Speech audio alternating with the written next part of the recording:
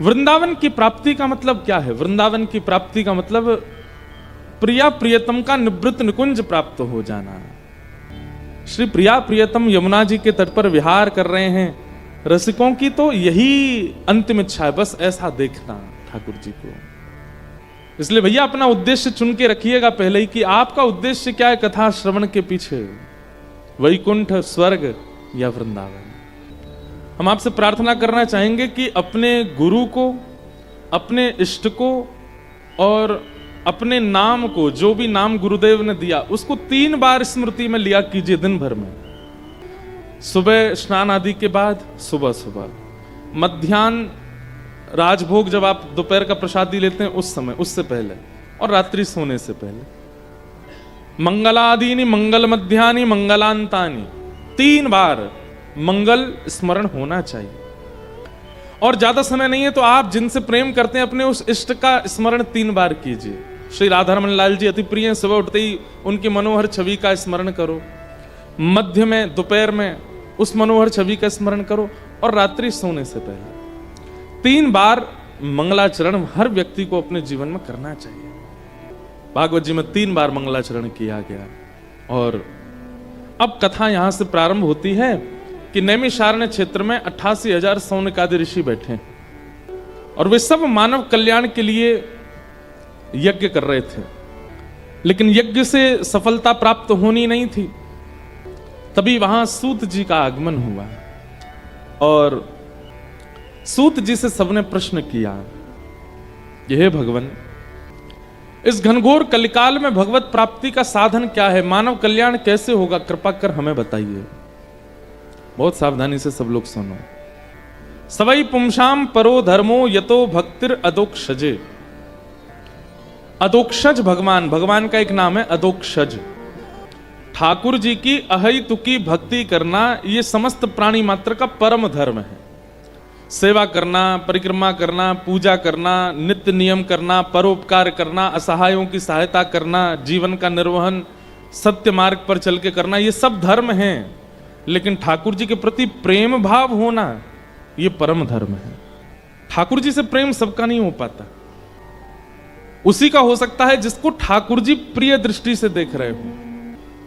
आप बिहारी जी, राधा वल्लभ, राधा रमन जी को केवल लाल जी के रूप में देख लोगे, प्रेमी के रूप में दिख पाना तब तक नहीं होगा जब तक उनकी दृष्टि आपके प्रति प्रेम की ना हो।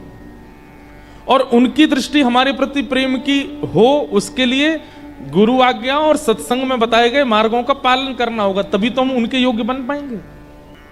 ठाकुर जी की प्रिय दृष्टि होना हमारे प्रति बहुत मुश्किल है। धन्ना भक्त की कथा आती है, जहां धन्ना नाम के भक्त, धन्ना जाट बोलते हैं उनको, छोटे से थे। एक बार एक संत का आगमन हुआ उनके यहां पर, और वो संत धन्ना जी के यहां ही रहते थे। उनके शालिग्राम जी थे, उनकी वो सेवा करते थे। छोटे से धन्ना भक्त जाकर के उन संत के पास बैठ जाते और देखते ही अपने ठाकुर जी की पूजा कैसे करते हैं।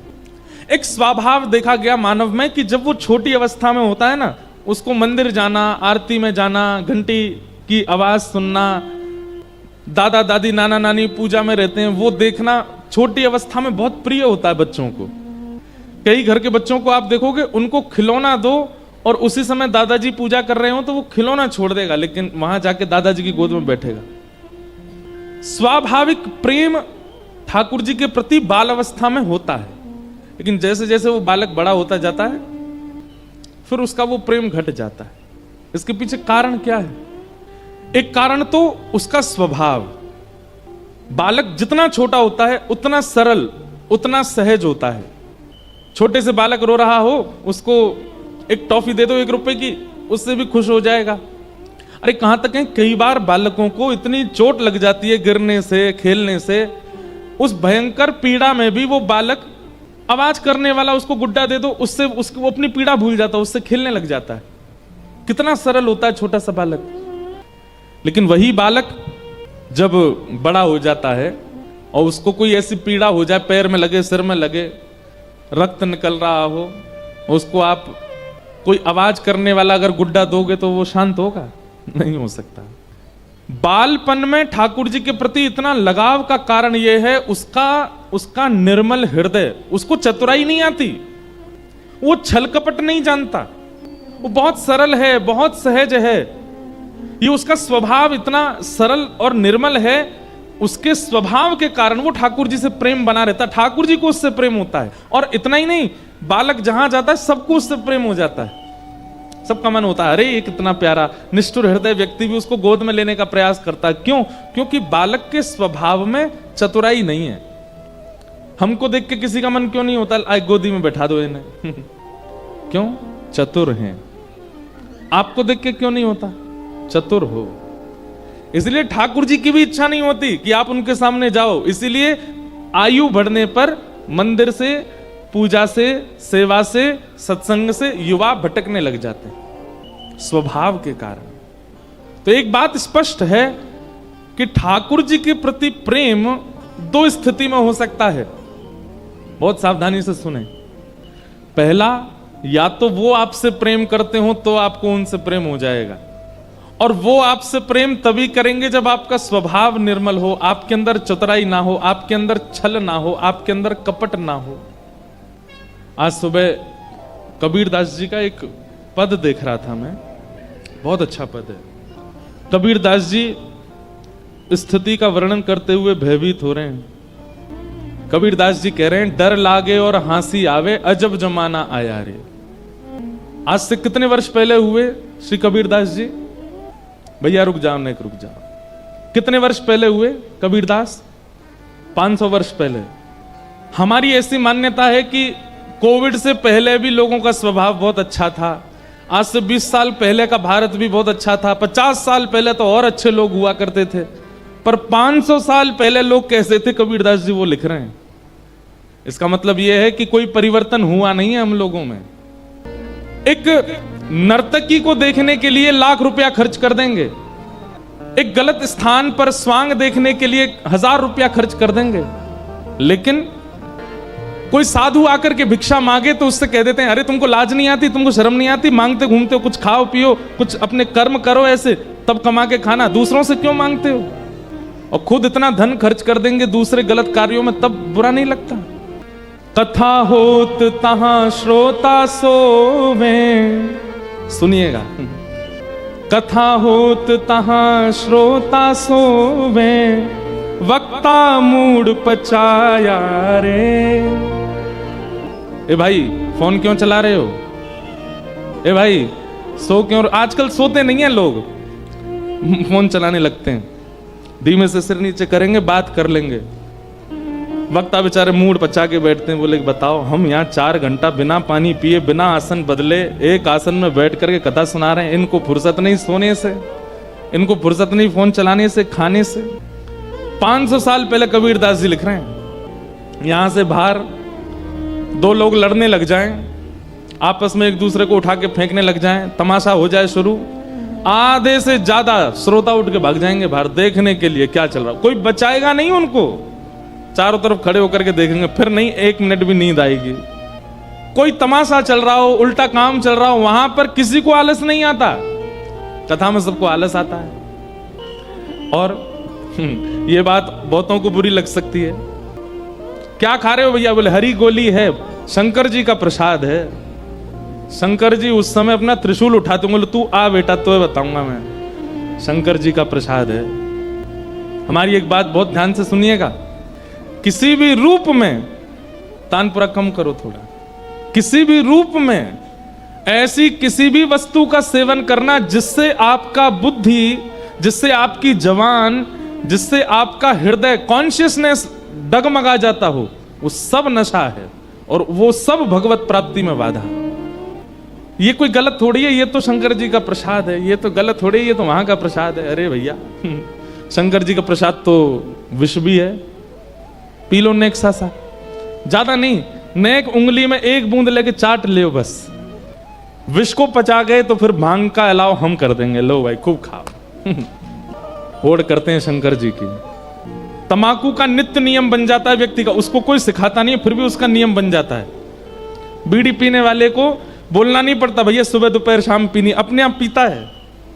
भांग खाने वाले को शाम होते ही भैया अब हमारा समय हो गया, आप तो लेंगे, लेकिन उसको कहते हैं भैया कुछ नहीं, सुबह सुबह कुछ भी पाने से पहले ठाकुर जी का चरणामृत ले लिया करो। वो नहीं लिया जाता। सुबह दोपहर शाम केवल अपने गुरुदेव का स्मरण करके भगवान नाम गाया करो, वो नहीं किया जाता है।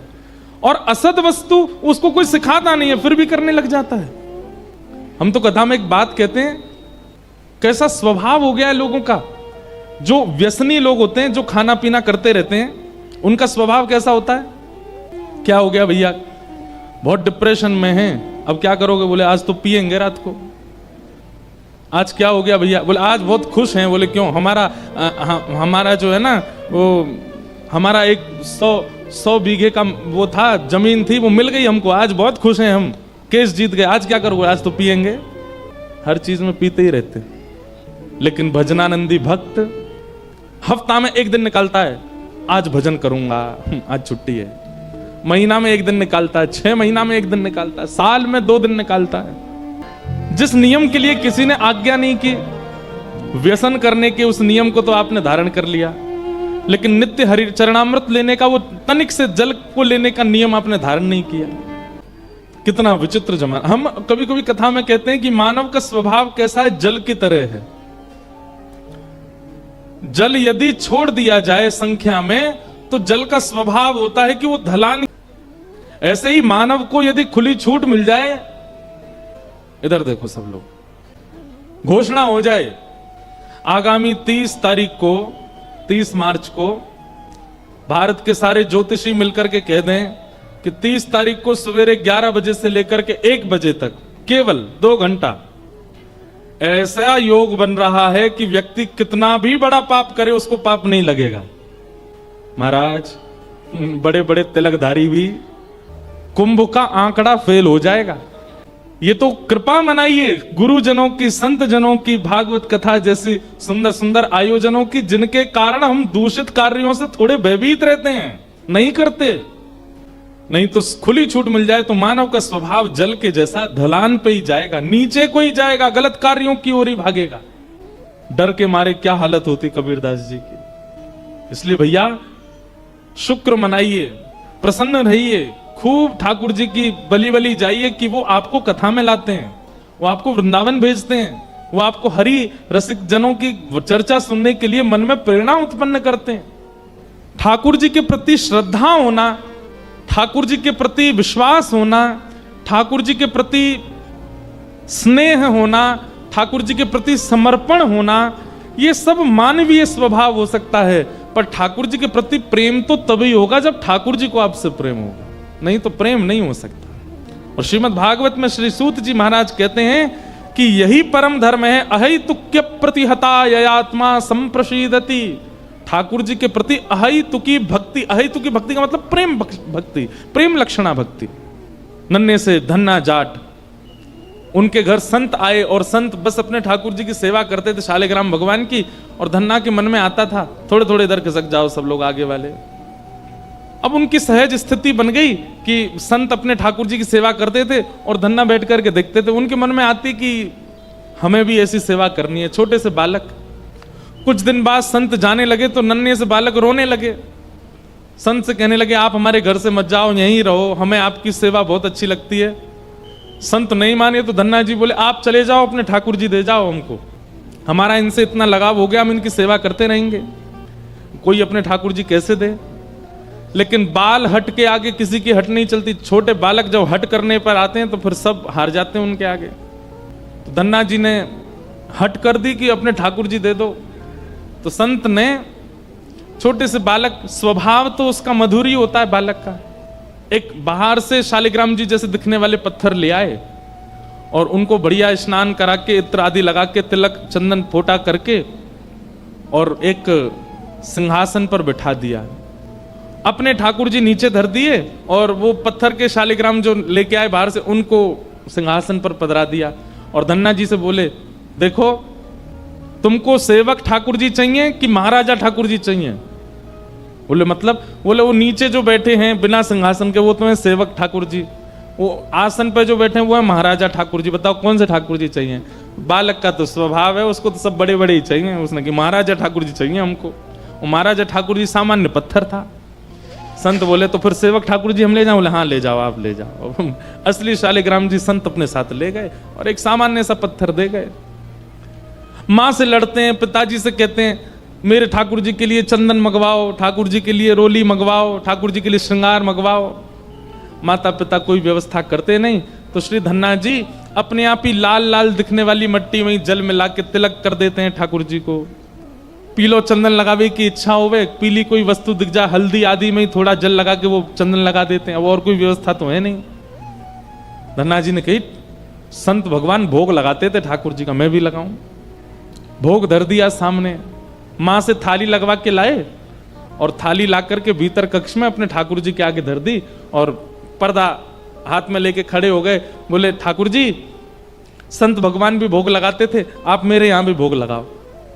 धीमे धीमे धन्ना जी ऐसे पर्दा लेके खड़े हो जाते और धीमे से ऐसे देखते ठाकुर जी पा रहे हैं कि नहीं, अभी तो नहीं पा रहे, फिर खड़े हो जाते। फिर थोड़ी देर में देखते ठाकुर जी ने पाया कि नहीं, अभी तो नहीं पाया। बीच बीच में कहते हैं लाल जी कहा बात है, आपको बढ़िया नहीं लग रहा प्रसाद, क्यों नहीं पा रहे आप? बाल अवस्था में ये चतुराई नहीं आती हमारे चित्त में कि ठाकुर जी के आगे केवल थाली रखी जाती है और यथावत उठा ली जाती है। ये तो बड़े होने के बाद हमारा स्वभाव बन जाता है ऐसा। बालक के चित्त में तो ये आ जाता है कि नहीं ठाकुर जी हमारी तरफ पाते ही होंगे, और ऐसे स्वभाव यदि बड़ों के चित्त में आ जाएं तो निश्चित है कि ठाकुर जी पाएंगे ही। हमें विश्वास है कि ठाकुर जी पाएंगे नहीं, इसीलिए थाली यथावत ही मिलती है हमको, कभी परिवर्तन नहीं होता उसमें। कभी चिंता हुई अपने ठाकुर जी के सामने प्रसाद पधरात के जब दोबारा उठाने के लिए गए तो उस प्रसाद में एक तनिक भी कुछ कम नहीं हुआ, इस बात से कभी चिंता हुई हमको? कभी नहीं हुई। ठाकुर जी से बोला आप नहीं पाओगे तो मैं भी नहीं पाऊंगा। भूखे प्यासे 1 दिन 2 दिन 3 दिन निकल गए। छोटा सा बालक ठाकुर जी के आगे प्रसाद पधरा करके बोले ठाकुर जी मुझको बहुत जोर से भूख लगी है, आप जल्दी से पालो, आप पाओगे तो ही पाऊंगा, नहीं तो नहीं पाऊंगा मैं। और जैसे ही पर्दा लेकर के खड़े भये धन्ना जी, 3 दिन के उनके विश्वास प्रकार से ये स्थिति हुई कि पर्दा के भीतर से चटकारों की आवाज आने लगी। चटकारे मतलब जैसे कोई अचार चाटता है ना, चाट के फिर ऐसे करता है, ऐसे चटकारों की आवाज आने लगी। धन्ना जी बोले चटकारे कौन ले रहा? जैसे ही हाथ थोड़ा किनारे करके पर्दे के भीतर देखा, नन्हे से गोपाल जी प्रकट हो गए और अपने हाथ में सब सामग्री लेकर के प्रेम से पा रहे हैं।